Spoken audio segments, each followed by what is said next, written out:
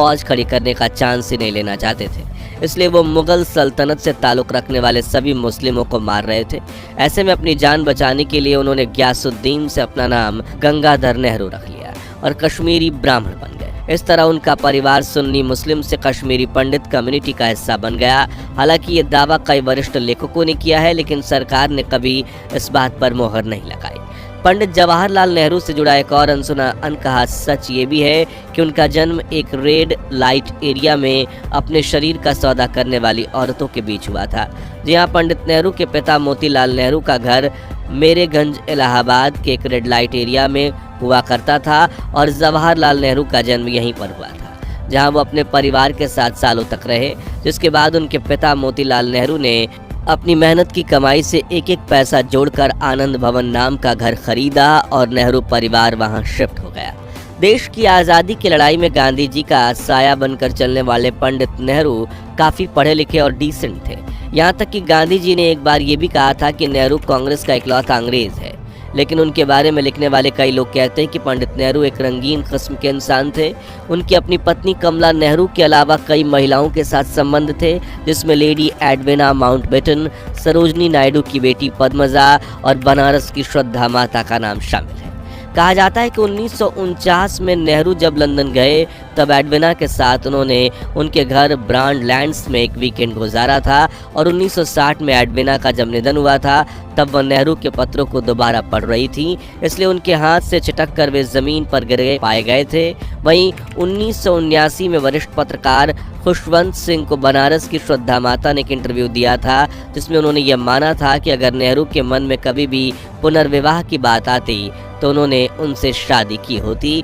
अब ये सच्चाई है या सिर्फ मनगढ़ंत बातें, इस बारे में तो अपनी राय हमें कमेंट्स में आप जरूर बताएंगे।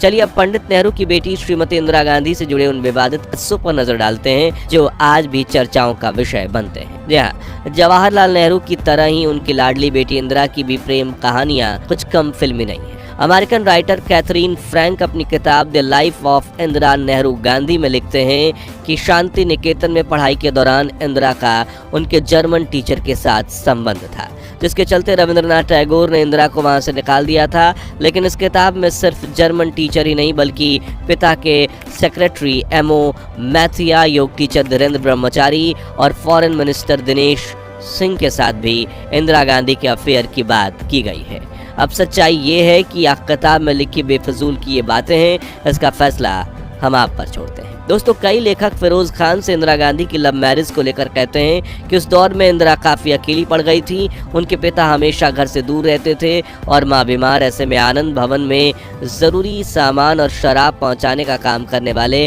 मामूली कार्यकर्ता फिरोज खान ने उनके इस अकेलेपन का फ़ायदा उठाया और सहानुभूति देकर उन्हें अपने प्यार में फंसा लिया।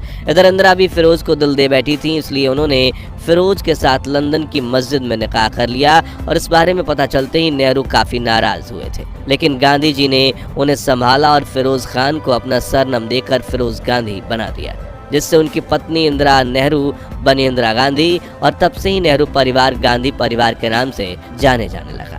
हालांकि इंदिरा गांधी को शादी के कुछ समय बाद ही अंदाजा लग गया कि फिरोज उनकी परिवार और पैसों के पीछे है, इसलिए राजीव गांधी के जन्म के कुछ समय बाद इंदिरा फिरोज से अलग हो गईं, मगर दोनों का तलाक नहीं हुआ। हालांकि फिरोज के बार बार पैसों की मांग और नेहरू की राजनीति में दखल अंदाजी करने की वजह से जवाहरलाल नेहरू ने उनका अपने घर 3 मूर्ति भवन में आना जाना रुकवा दिया था। लेकिन फिरोज गांधी ने नेहरू और इंदिरा के नाक में दम कर रखा था, इसलिए लेखक एमओ मथाई अपनी किताब रेमिनिसेंस ऑफ नेहरू एज में लिखते हैं कि 8 सितंबर 1980 के दिन जब फिरोज की मौत हुई थी तो नेहरू और इंदिरा काफ़ी खुश थे।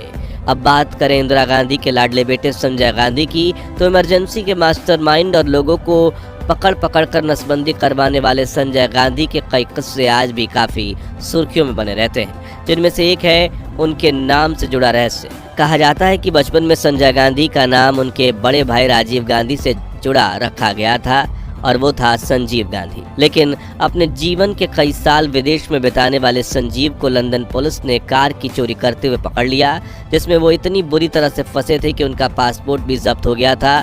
लेकिन अपने नाना पंडित नेहरू और मां इंदिरा गांधी की पावर के चलते उन्हें लंदन में भारत के हाई कमिश्नर कृष्ण मोहन ने बिना देरी के छुड़वा लिया। लेकिन नए पासपोर्ट में इनका नाम संजीव गांधी की जगह संजय गांधी करवाना पड़ा।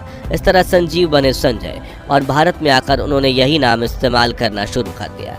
गांधी परिवार को लेकर एक विवादित कहानी ये भी है कि संजय गांधी कई मौके पर अपनी मां इंदिरा गांधी को भी अपने गुनाह पर पर्दा डालने के लिए ब्लैकमेल किया करते थे। दरअसल कुछ पत्रकार बताते हैं कि संजय गांधी जो है वो फिरोज गांधी के बेटे नहीं थे और उन्हें अपने असली पिता का नाम पता चल गया था। इसी का फायदा उठाकर संजय अपनी मनमर्जी से कई उल्टी सीधी हरकतें किया करते थे।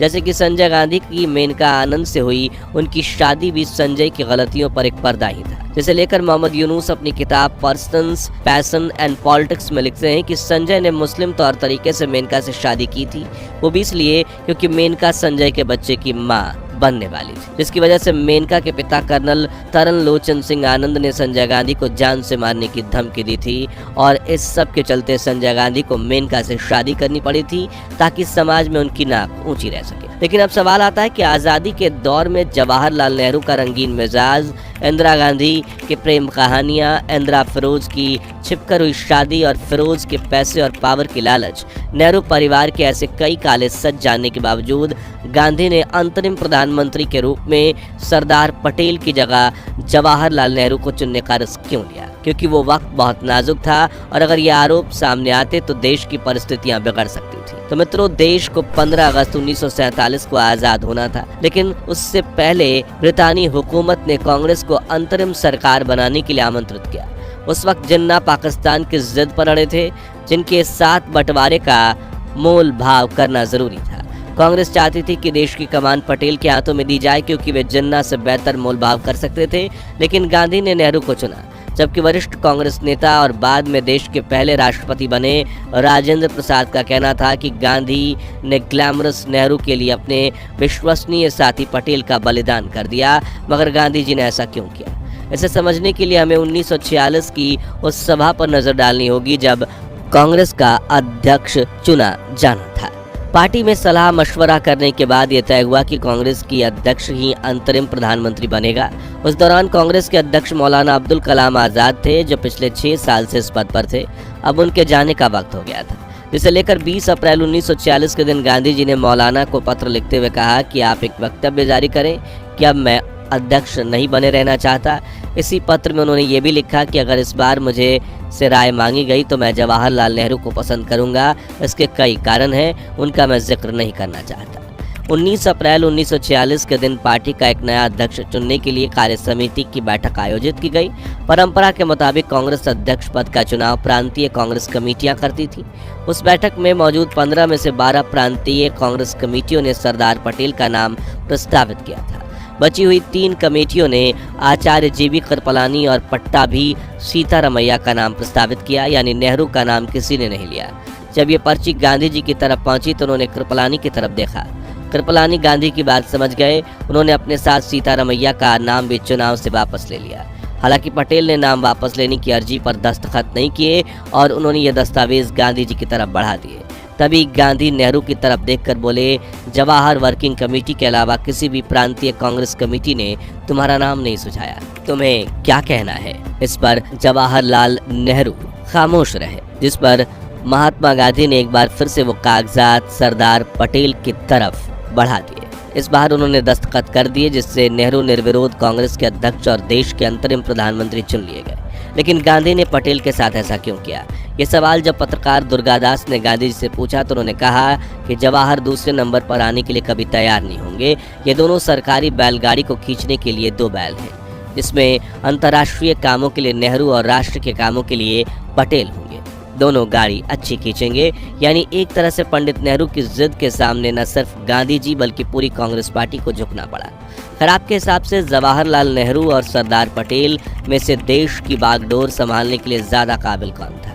और गांधी परिवार के किस काले सच ने आपके होश उड़ा दिए? कमेंट में बताइए। ये वीडियो पसंद आया हो तो लाइक और शेयर करके 21,000 लाइक के लक्ष्य को हासिल करने में हमारी मदद कीजिए। भारत के महान इतिहास से जुड़ी ऐसी अनसुनी अनकही कहानियों के लिए इस चैनल को सब्सक्राइब करके पास वाली घंटी जरूर बजा दीजिए। जय हिंद, जय भारत।